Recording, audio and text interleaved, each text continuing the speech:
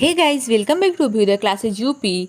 आज के इस वीडियो में हम हमारा साइंस का लेसन प्लान जो है प्रकरण इसका है उष्मा, इस पर चर्चा करने वाले हैं। जैसा कि अपने पिछले वीडियो में हमने कार्य टॉपिक का लेसन प्लान डिस्कस किया था और कहा था नेक्स्ट वीडियो में उष्मा टॉपिक का लेसन प्लान आपके साथ डिस्कस करेंगे।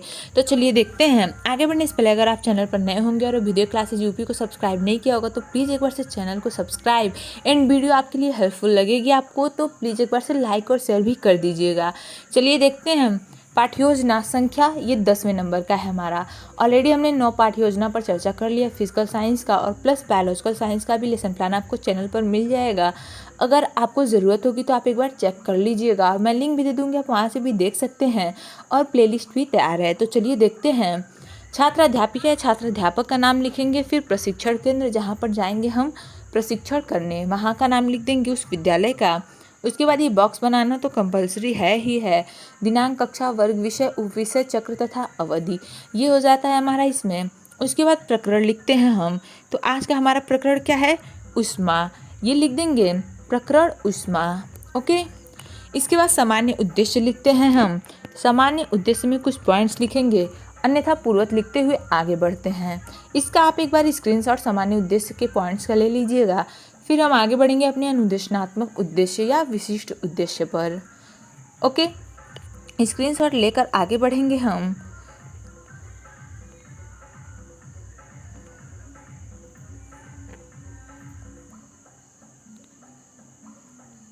हो गया। अब हम देखते हैं अनुदेशनात्मक उद्देश्य अपना।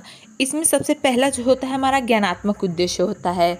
इसमें लिखेंगे कि छात्र उष्मा को परिभाषित कर सकेंगे, ये ज्ञानात्मक होता है। फिर बोधात्मक में लिखेंगे कि छात्र उष्मा के सुचालक के बारे में विस्तार से व्याख्या कर सकेंगे। और क्रियात्मक उद्देश्य में लिखेंगे कि छात्र उष्मा के ज्ञान का दैनिक जीवन में प्रयोग कर सकेंगे। ये हमारा विशिष्ट उद्देश्य हो जाता है।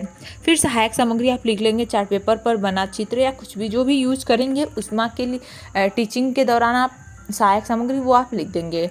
उसके बाद शिक्षण विधियां हैं हमारी, प्रश्नीकरण विधि और व्याख्यान विधि ये लिखेंगे। फिर पूर्व ज्ञान लिख देंगे कि छात्र उष्मा के बारे में सामान्य जानकारी रखते हैं।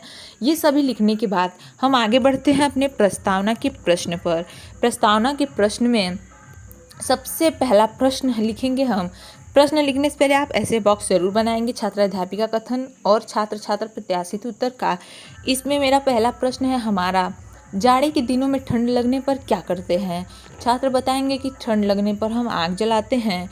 उसके बाद दूसरा क्वेश्चन करेंगे, आग से हमें क्या मिलता है? छात्र बताएंगे आग से हमें उष्मा मिलती है। उसके बाद आप समस्यात्मक प्रश्न करेंगे कि उष्मा से आप क्या समझते हैं? यहाँ पे छात्र क्या हो जाएंगे, मौन या समस्यात्मक लिख देंगे आप। इसके बाद प्रस्तावना का प्रश्न भी हमारा होता है कंप्लीट। आगे बढ़ते हैं उद्देश्य कथन पे। उद्देश्य कथन लिखेंगे, आज हम उष्मा के बारे में अध्ययन करेंगे या विस्तृत अध्ययन करेंगे, ये हम उद्देश्य कथन लिख देते हैं। इसके बाद अनुदेशनात्मक प्रक्रिया अगर आपके कॉलेज के फॉर्मेट में होगा, लिखना होगा तो आप लिखेंगे, अन्यथा इसे स्किप भी कर सकते हैं, कोई इतना इम्पोर्टेंट नहीं है। हाँ, अगर आपको लिखना हो, आपके कॉलेज में लिखवाया जाता हो तो आप ज़रूर ही लिखेंगे, नहीं लिखवाया जाता होगा तो कोई बात नहीं है। ओके। इसके बाद आगे बढ़ते हैं हम अपने प्रस्तुतिकरण पर। शिक्षण बिंदु, छात्र अध्यापिका क्रियाएं या छात्र अध्यापक क्रियाएं, छात्र छात्र अनुक्रिया और श्याम पटकारी ये तो अवश्य ही बनाएंगे। इसमें हमारा जो पहला शिक्षण बिंदु है अब वह है उष्मा। तो पहला शिक्षण बिंदु क्या लिखेंगे, उष्मा, ये लिख लेंगे। उसके बाद इसमें कुछ प्रश्न करते हैं हम। जैसे पहला प्रश्न है हमारा, प्रकाश का सबसे बड़ा प्राकृतिक स्रोत क्या है? छात्र बताएंगे कि सूर्य है, तो ये आप लिख देंगे।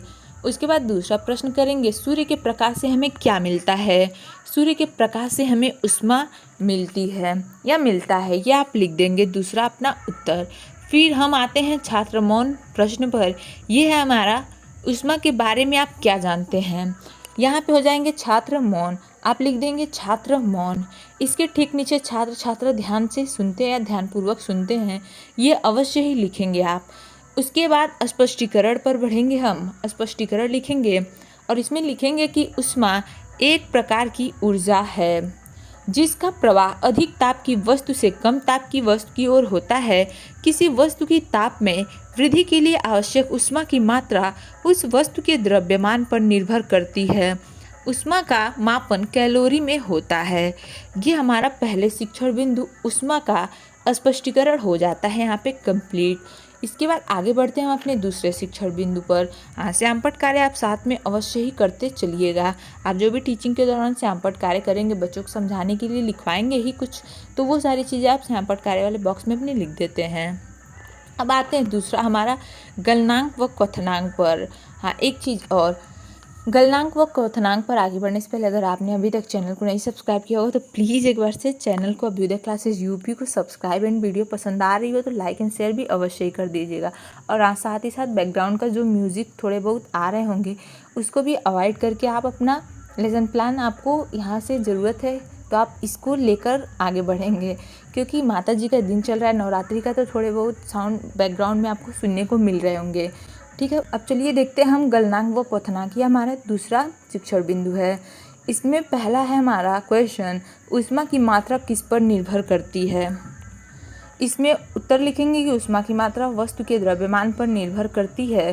फिर दूसरा प्रश्न है, ऊष्मा का मापन किस में होता है। छात्र बताएंगे कि ऊष्मा का मापन कैलोरी में होता है। ठीक है, इसके बाद आते हैं हम तीसरे प्रश्न पर। गलनांक व क्वथनांक से आप क्या समझते हैं। छात्र मौन, ये लिख देंगे।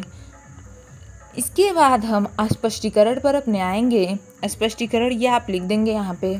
छात्र छात्रा ध्यान से सुन रहे, छात्र छात्रा अनुक्रिया वाले कॉलम में, बॉक्स में। उसके बाद गलनांक को सबसे पहले बताएंगे, फिर क्वथनांक को बताएंगे।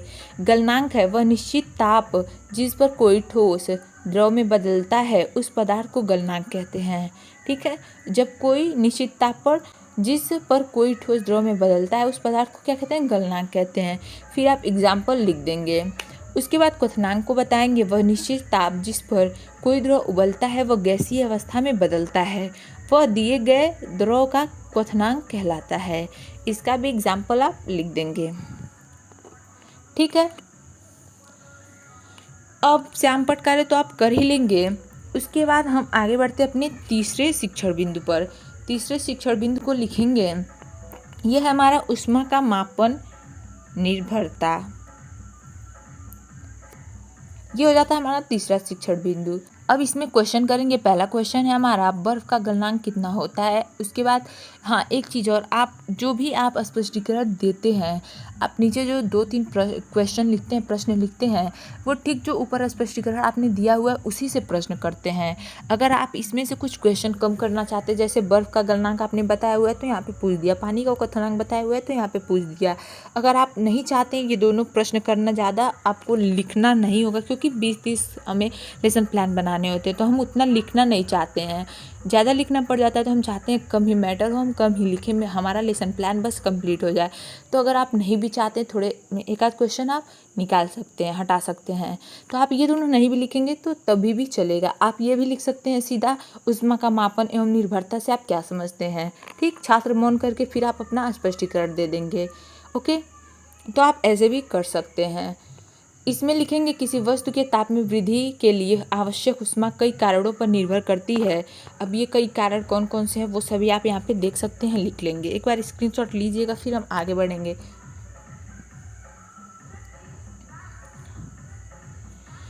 जैसे पहला हमारा, किसी वस्तु की ताप में वृद्धि के लिए आवश्यक ऊष्मा की मात्रा, उसका Q जो है उसके द्रव्यमान पर निर्भर करती है। फिर दूसरा है, ऊष्मा की मात्रा Q वस्तु के तापांतर पर निर्भर करती है। तीसरा हो जाएगा, किसी पदार्थ को निश्चित ताप पर गर्म करने के लिए आवश्यक ऊष्मा की मात्रा वस्तु के द्रव्यमान, तापांतर तथा विशिष्ट ऊष्मा पर निर्भर करती है। ये हो जाएगा हमारा तीसरे शिक्षण बिंदु का स्पष्टीकरण। ओके, ये हो गया, स्क्रीनशॉट ले लिया आपने। आगे बढ़ते हैं अब हम श्यामपट्ट कार्य आप जो करेंगे वो लिखेंगे ही लिखेंगे। आगे बढ़ते हैं हम निरीक्षण कार्य पर। निरीक्षण कार्य में लिखेंगे कि छात्र अध्यापिका द्वारा छात्रों को श्यामपट्ट कार्य उतारने का निर्देश दिया जाएगा तथा कक्षा में अनुशासन बनाए रखते हुए निरीक्षण कार्य किया जाएगा। ये निरीक्षण कार्य हो जाएगा हमारा। इसके बाद पुनरावृत्ति के प्रश्न भी लिखेंगे।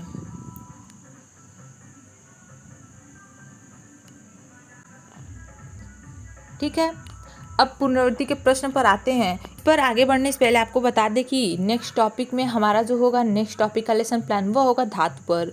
ओके, तो चलिए देखते हैं पहले पुनरावृत्ति या मूल्यांकन के प्रश्न अपना। इसमें लिखेंगे पहला प्रश्न हमारा है ऊष्मा से आप क्या समझते हैं। दूसरा, गलनांक तथा क्वथनांक में क्या अंतर है।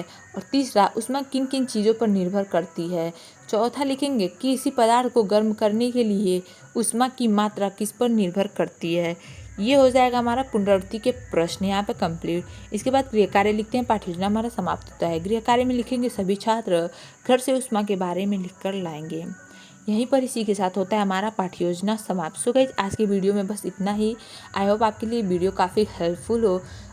उसके लिए चैनल से जुड़े रहें। नेक्स्ट वीडियो के लिए जाते वक्त वीडियो क्लासेस यूपी को सब्सक्राइब, लाइक एंड शेयर करना नहीं भूलेंगे, अवश्य ही करते जाएंगे।